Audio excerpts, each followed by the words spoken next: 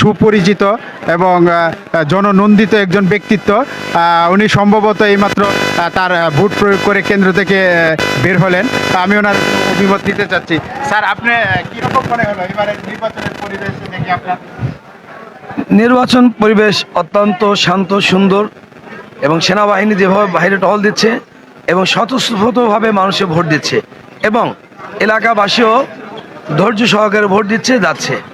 এই জন্য আমি নির্বাচন কমিশনারকে ধন্যবাদ জানাই, এবং সুশৃঙ্খলভাবে ভোট নেওয়া এবং আলোচনা এবং সিদ্ধান্ত নেওয়ার জন্য।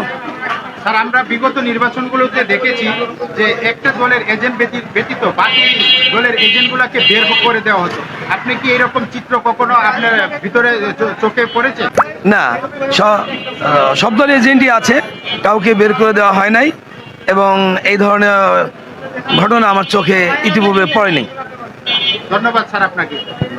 ধন্যবাদ। আমরা একজন শিক্ষা প্রতিষ্ঠান KS আইডিয়াল স্কুলের পরিচালক, উনি কর্ণধার, ওনার সঙ্গে কথা বললাম। তা উনিও যেমনটি ব্যক্ত করলেন যে উনি খুব সুন্দর সুশৃঙ্খল পরিবেশে ভোট দিতে পেরে উনি নির্বাচন কমিশনকে ধন্যবাদ জানিয়েছেন, এবং ওনার এই এত বছরের কর্মজীবনে উনি এরকম সুষ্ঠু এবং শান্তিপূর্ণ পরিবেশে কখনো ভোট গ্রহণ হতে দেখেনি। উনি ওনার সহধর্মিণীকে নিয়ে আসছিলেন। আমি ওনারও একটু মতামত নিতে চাচ্ছি। আসসালামু আলাইকুম। অনেক সুন্দরভাবে ভোট হয়েছে, আমরা সবাই খুশি, ভালো, ঠিক আছে। ধন্যবাদ স্যার আপনাকে, থ্যাংক ইউ।